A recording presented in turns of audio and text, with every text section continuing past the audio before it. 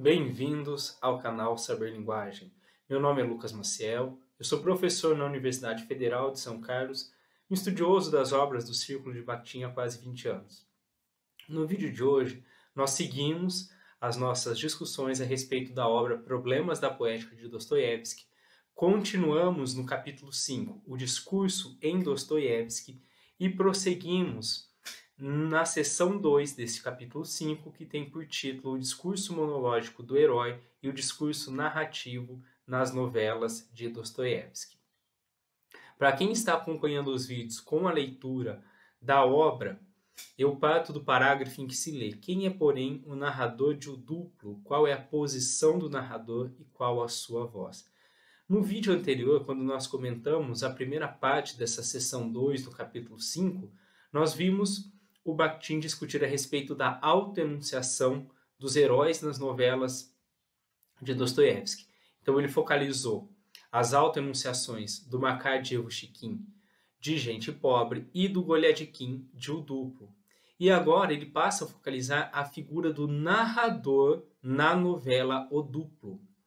Então, a partir desse momento, o Bakhtin deixa, em alguma medida, de falar a respeito da figura da autoenunciação para falar especificamente do discurso do narrador.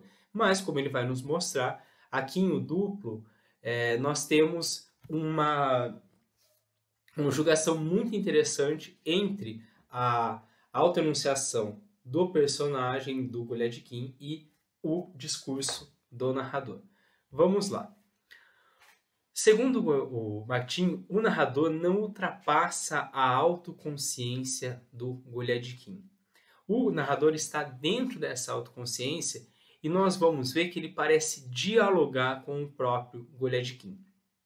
O Bakhtin vai dizer: o narrador leva adiante as palavras e ideias de Goliadkin, as palavras da segunda voz do Goliadkin. Se nós relembrarmos o que nós vimos no vídeo anterior, o que o Bakhtin fala no início dessa seção 2 do capítulo 5, ele vai dizer que a voz do Goliadkin, ela pode ser a autoconsciência do Goliadkin, ela pode ser decomposta em algumas vozes. Tem a voz, digamos, principal, que é a voz insegura do Goliadkin, que é esse Goliadkin inseguro, que sempre está olhando para o outro, imaginando o que o outro pensa dele, o que o outro pode dizer dele. E o próprio Goliadkin, numa espécie de autodefesa, ele simula uma voz para ele, uma voz autossuficiente, que é essa segunda voz, uma segunda voz de alguém autorizado, que consegue acalmá-lo, incentivá-lo, e como nós já vimos também, que mais à frente essa voz, essa segunda voz, que no primeiro momento serve para incentivar, para acalmar o Goliadkin, ela vai se tornando cada vez mais zombeteira e tirando sarro, se contrapondo ao Goliadkin. E é justamente nesse sentido do ironizar, do zombar, do deturpar aquilo que o Goliadkin fala, que vai surgindo a figura do narrador. E o Bakhtin, inclusive, vai comentar que, de maneira bastante sutil, muitas vezes o Dostoiévski ele passa da autoconsciência para essa voz do narrador, porque inclusive a voz do narrador ela está muito próxima a essa segunda voz do Goliadkin, essa voz inicialmente incentivadora e depois zombeteira. E aí o Bakhtin traz uma observação muito interessante. Ele vai dizer: a voz do narrador, embora formalmente voltada para o leitor, é como se estivesse orientada dialogicamente para o Goliadkin. Então o narrador ele vai cumprindo a sua função, ele vai nos contando a nós, leitores, o que está acontecendo, mas de alguma maneira esse discurso parece ser voltado ao Goliadkin, voltado a provocar o Goliadkin. Vamos olhar isso com exemplos. Então, aqui eu trago um trecho que o Bakhtin cita, que é o seguinte: voltemos agora para o Sr. Goliadkin, o único, o verdadeiro herói de nossa novela bastante verídica. Vejamos aqui que, especialmente nessa primeira frase, o que eu tenho é um discurso do narrador. Não é uma fala do personagem, não é uma autoenunciação do personagem, não é uma autoenunciação do herói. É um discurso do personagem.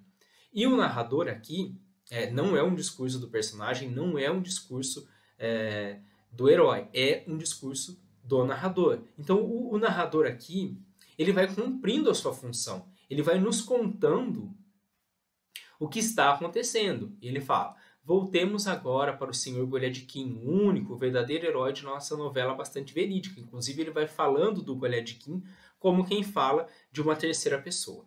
E ele prossegue. Acontece que ele, o Goliadkin, se encontra nesse momento numa situação bastante estranha, para não dizer mais. E ele já começa, de alguma maneira, com esse tom brincalhão, irônico, de alguma maneira assintoso, provocativo em relação ao Goliadkin. Ele também está aqui, senhores, ou seja, não no baile, mas quase que no baile. Ele, senhores, vai indo, embora viva lá a seu modo. Neste exato momento está num caminho não lá muito reto. Essas expressões, vai indo, vive lá a seu modo, são expressões do próprio Goliadkin. O Goliadkin que fala: eu vivo aqui no meu mundo, eu vou indo. Então, o que o narrador faz? Ele aproveita as palavras, os termos, as expressões do Goliadkin e ele traz para o discurso da narração, mas ele traz com um acento diferente, com uma orientação axiológica diferente.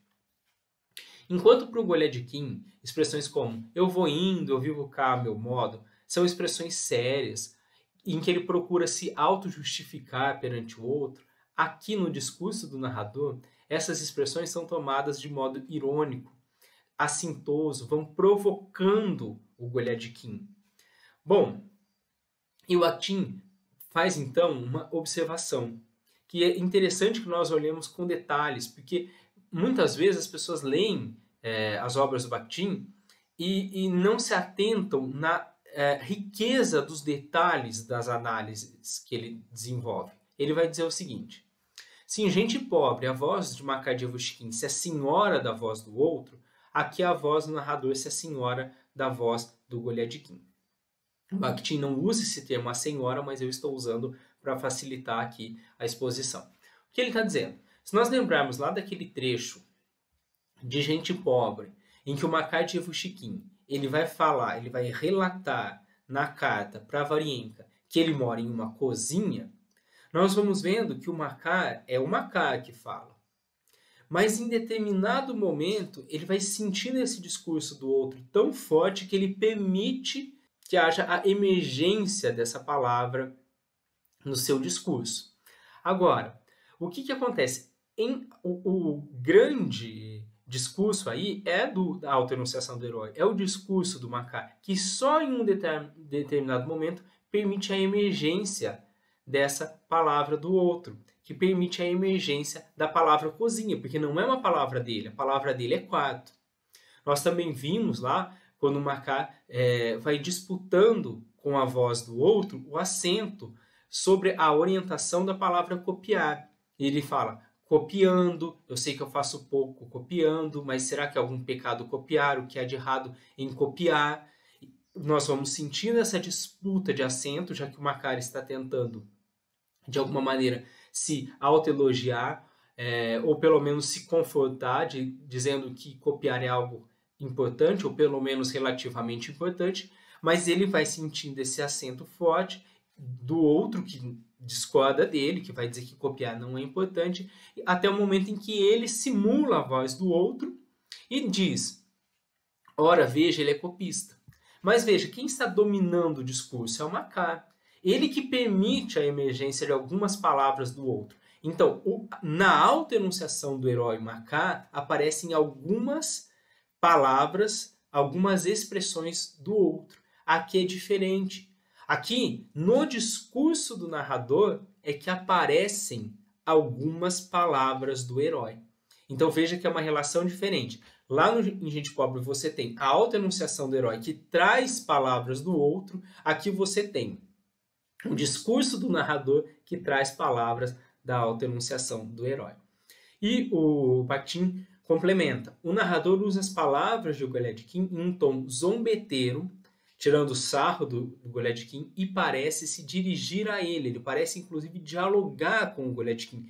É como se o narrador esteja contando para nós, leitores, o que está acontecendo, mas é como se o Goliadkin, o herói, estivesse ouvindo o que o narrador fala e daí ele respondesse para o narrador. É isso que vai ficar, acredito eu, bastante claro no exemplo seguinte. Quando o narrador vai dizendo: "Ei, os senhores, esperando agora o momento oportuno", e esperando é exatamente 2 horas e meia. É uma frase claramente do discurso do narrador. Mas aí nós temos: por que não esperar? Essa frase pode ser um discurso do narrador e pode ser uma auto-enunciação do herói, uma reflexão do herói. Até Vilele esperou. Quem fala isso? O narrador ou o Goliadkin?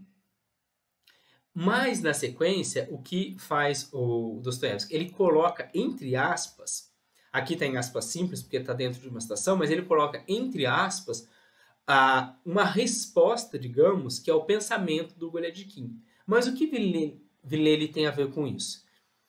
Veja, se nós considerarmos, então, que o Dostoiévski está marcando com aspas aquilo que é do Goliadkin, que é a frase, mas o que Vilele tem a ver com isso, quer dizer que o que vem anteriormente é do narrador. Então, quem falaria, em tese, até Vilele esperou, é o narrador. Mas é como se o Goliadkin escutasse o narrador falando isso e respondesse. Mas o que Vilele tem a ver com isso?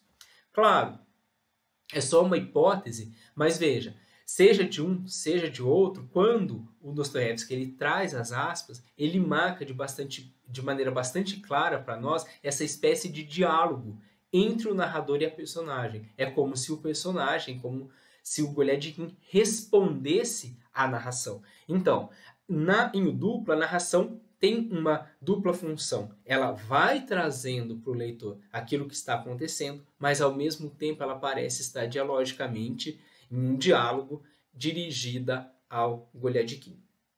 Em síntese, em O Duplo, a narração é a continuação da segunda voz do Goliadkin, uma voz inicialmente acalentadora, autossuficiente, incentivadora e depois zombeteira, e essa voz está orientada para o Goliadkin, é como se dialogasse com o Goliadkin.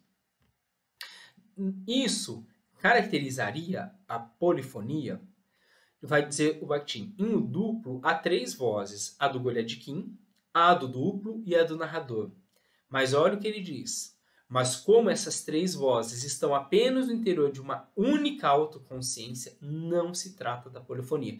Veja que nós começamos falando nesse vídeo que a voz do narrador está nos limites da autoconsciência, nos limites da cabeça do Goliadkin. Então, a novela, o que ela focaliza é a autoconsciência do Goliadkin. A autoconsciência na qual se conjugam 3 vozes, do Goliadkin, do duplo e do narrador. Mas eu tenho uma única autoconsciência. Para eu pensar em polifonia, essas vozes teriam que estar em sujeitos diferentes, cada um dos quais com a sua autoconsciência. Então essa voz deveria ser decomposta em outros sujeitos. Por isso vai dizer o Bakhtin, essas vozes ainda não se tornaram plenamente autônomas, vozes reais, 3 consciências. Aqui no duplo eu só tenho uma consciência. 3 consciências, 3 sujeitos com plenos direitos. Isso só ocorre nos romances de Dostoiévski. Inclusive, esse ponto aqui é um dos quais nos serve para nós refletirmos a respeito dessa questão da polifonia dentro dos conceitos que o Bakhtin traz. Se nós olharmos para os aspectos todos que o Bakhtin fala, que compõem a polifonia, nós vamos ver que, estritamente, nós seguimos aquilo que o Bakhtin fala. O Bakhtin só diz haver polifonia em alguns romances do Dostoiévski. Ele não fala que só no Dostoiévski, ele fala que é em algumas obras do Dostoiévski. Por exemplo, em O Duplo, ele está dizendo que não há. Ele vai dizer que em Gente Pobre não há, em Memórias do Subsolo não há. Por quê? Porque ainda não houve essa decomposição das vozes em diferentes sujeitos. O que tem muita relação com aquilo que nós já falamos em outros vídeos. Que essa ideia, ela para o Bakhtin, o desenvolvimento da ideia não é um desenvolvimento abstrato, é um desenvolvimento concreto, que deve ser dado pela via do diálogo. E esse diálogo ele deve ser efetivado entre diferentes sujeitos, porque nesses sujeitos as ideias se concretizam e elas são vistas como pontos de vista. Então não existe a ideia abstrata, existe a minha interpretação da ideia, ou seja, existe o meu ponto de vista. Por isso que inclusive o Bakhtin chega a dizer que não existe a ideia, o que existe é o ponto de vista. Certo? Bom, continuando, o Bakhtin vai falar a respeito da análise que o Vinogradov faz de o duplo, especialmente da narração, né, do papel do narrador no duplo. O Vinogradov ele enfatiza na narração do duplo a questão do escaz e do dialeto falado. Nós já falamos em outros vídeos o que é o escaz. É algo bastante particular da literatura russa, em que você cria uma espécie de narrador de uma classe social diversa da do autor real, do autor pessoa. Então, geralmente, esse narrador é alguém de uma classe social pouco escolarizada, então ele já tem um ponto de vista diferente, porque ele é de outra classe social, mas além disso, ele, justamente por ser, em geral, alguém de uma classe social mais baixa, ele traz uma narração mais próxima à oralidade, aquilo que o Bakhtin nomeia aqui de dialeto falado. E são esses os aspectos que o Vinogradov ele destaca no duplo. Mas o Bakhtin ele vai falar que, sem discordar do Vinogradov, que poderia, né, pensar nos aspectos do escaz e do dialeto falado, ele vai falar que o que importa para ele é a orientação dialógica do discurso do narrador e a duplicidade do acento. Aquilo que nós vimos anteriormente. Qual que é a orientação dialógica do discurso? É o fato de que o discurso do narrador está orientado para o Goliadkin, parece dialogar com o Goliadkin.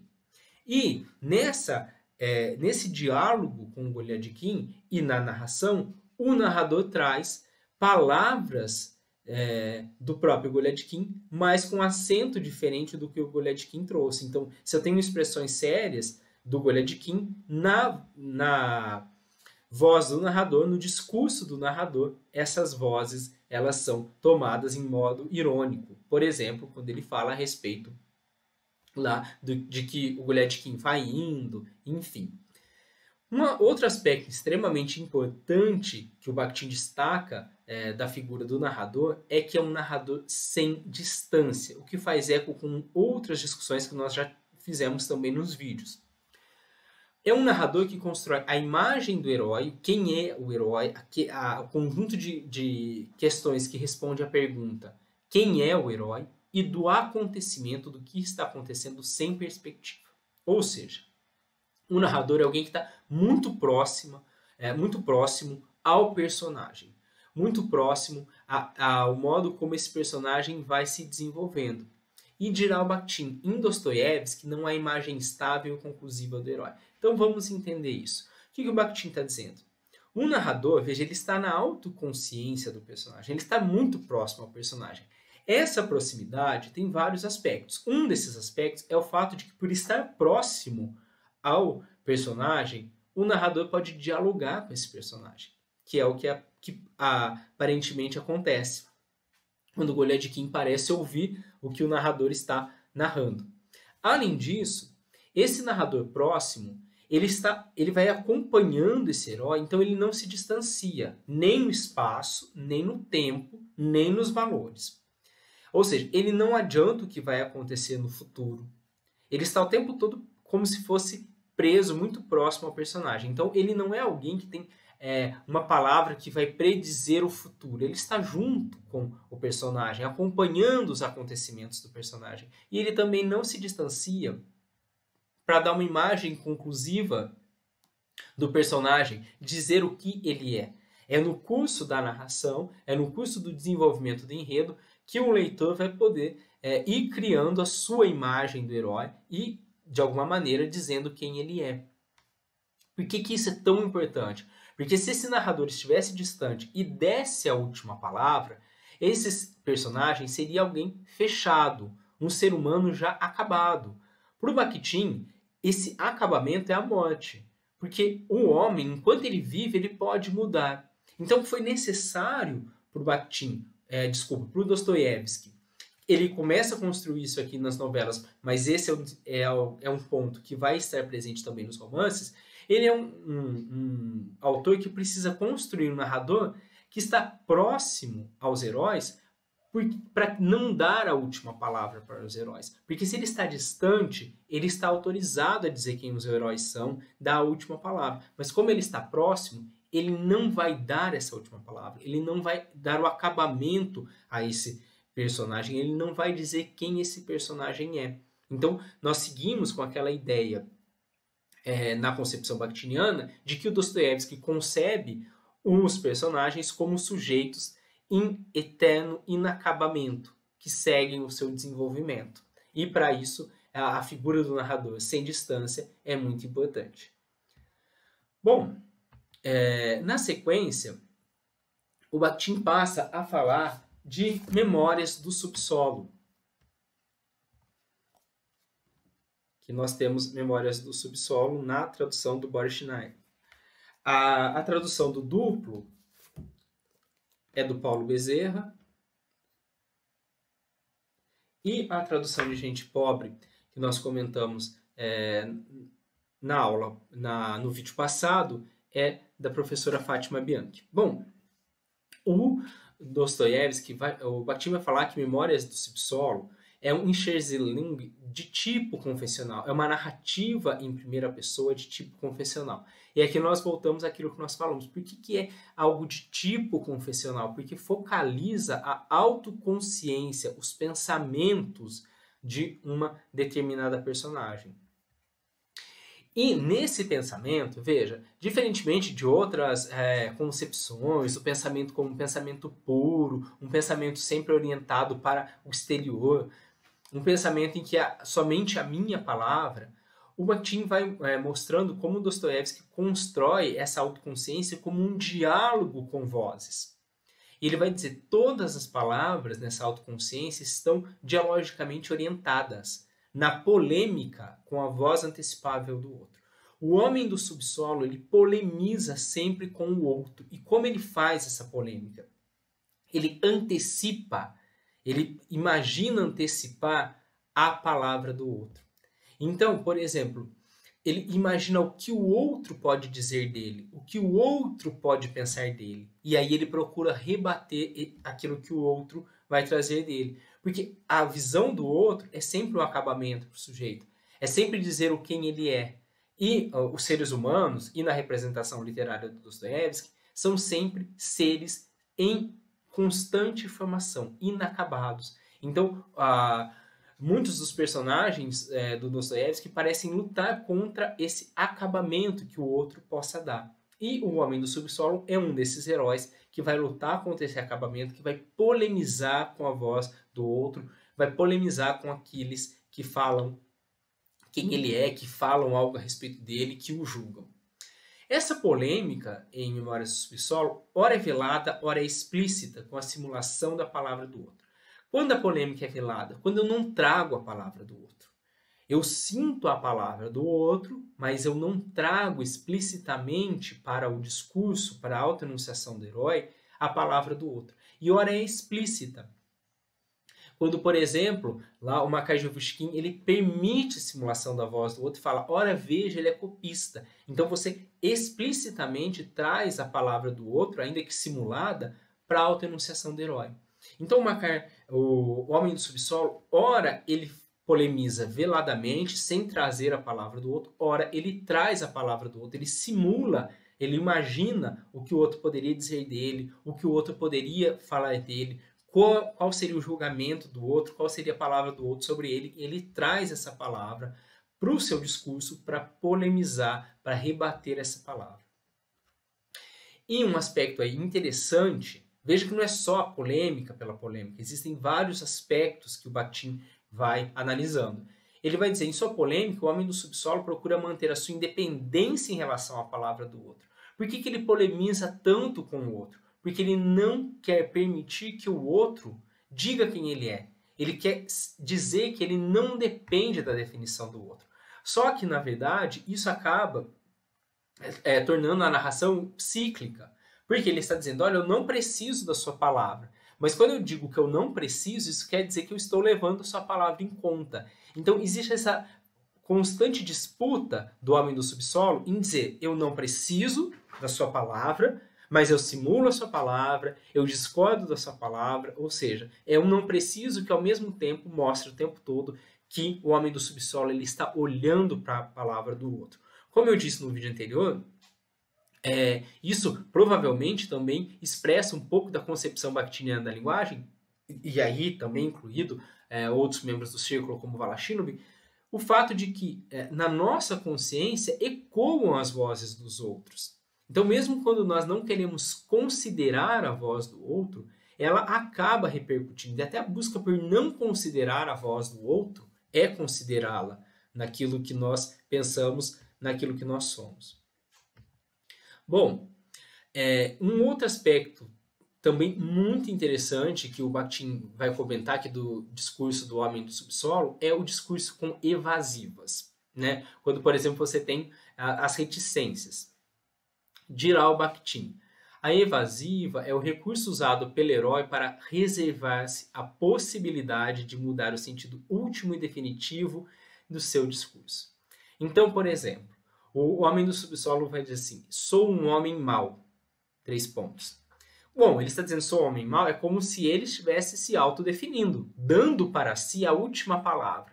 Mas quando ele coloca esses 3 pontos, primeiro que ele abre a possibilidade do outro discordar dele e dizer não, você não é mau, por exemplo.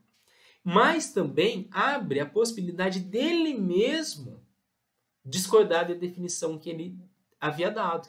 Então ele coloca as reticências e diz na sequência, por exemplo, né, hipoteticamente, eu sou um homem mau, mas não vá pensar que por isso eu sou pior do que vocês.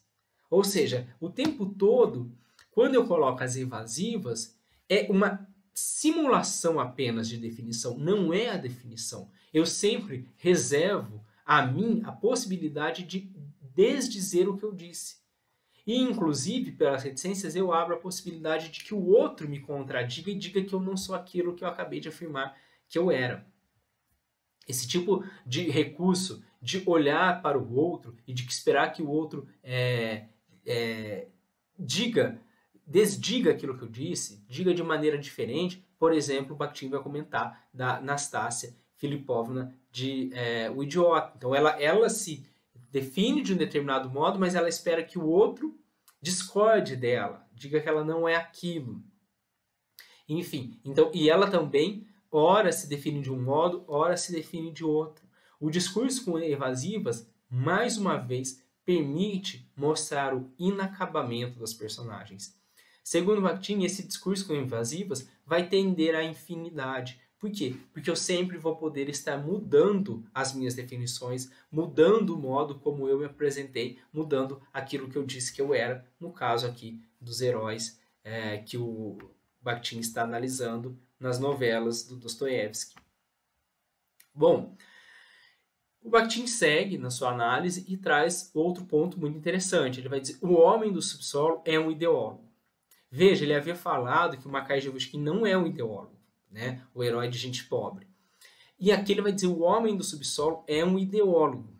Por que ele é um ideólogo? Porque ele discute com o outro a respeito de questões amplas, questões sociais, éticas, políticas, filosóficas amplas. Ele discute com o outro a respeito de questões mais amplas do que a sua própria vida imediata. E ele parece discutir com o próprio mundo, com a própria sociedade. Então, segundo Bakhtin, é uma polêmica com o outro sobre o mundo e a sociedade. Ele polemiza com o outro não apenas questões relacionadas à sua individualidade, mas questões sobre o mundo e a sociedade. Se nós pensarmos, por exemplo, lá em Crime e Castigo, nós vamos ver que muitas das discussões que os personagens têm sobre a questão do crime, das classes sociais, de determinadas supostas predisposições ao crime, dos arranjos sociais, elas não dizem especificamente respeito às personagens apenas, elas são discussões sociais mais amplas.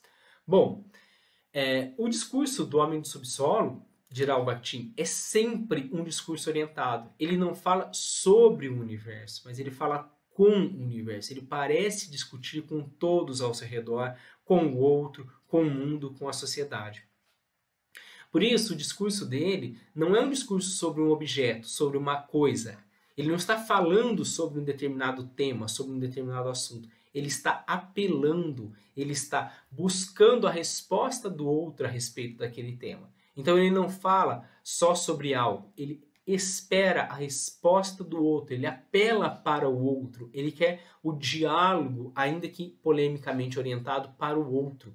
Então ele não fala seguramente sobre algo, é sempre um discurso apelo, o discurso que se volta para o outro e parece esperar a opinião de um terceiro, de um juiz que possa dizer quem está com a razão. O que nós vemos, portanto, é que esse herói ele não fala seguramente a respeito de uma coisa. Então, ele não é uma exposição, por exemplo, filosófica ou sociológica a respeito do que é a sociedade. Ele vai polemizando com as diferentes perspectivas que diferentes pessoas possam ter a respeito do que seja a sociedade, por exemplo, se esse for o tema em discussão. Ele vai apelando para que o outro diga o seu posicionamento, para que alguém, um terceiro, uma espécie de juiz autorizado, diga quem está com a razão. Isso, a meu ver, também repercute muito dessa concepção filosófica, dessa concepção linguística do Bakhtin e do círculo, de falar que as nossas palavras não falam só sobre coisas, elas são sempre orientadas.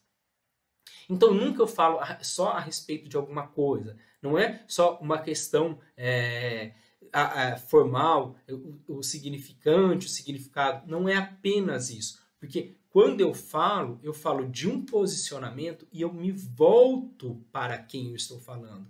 Então, o enunciado, na concepção filosófico-linguística do círculo, ele está sempre orientado para o outro. E ele provém de um determinado indivíduo. Então, o mais importante para o círculo é observar os enunciados nessa orientação dialógica em sentido amplo, desse sujeito que fala e se dirige para um outro. Então eu não falo sobre uma coisa, eu falo sobre uma coisa a partir de um ponto de vista particular e sempre orientado para alguém. Por isso que para o círculo o que importa, quando nós pensamos na linguagem, é essa orientação dialógica, que aqui, no caso do Memórias do Subsolo, do Homem do Subsolo, o Bakhtin vai classificar como um discurso apelo. Bom, aqui nós temos a referência do livro. Eu espero que vocês estejam gostando dessa série de vídeos a respeito de problemas da poética de Dostoiévski.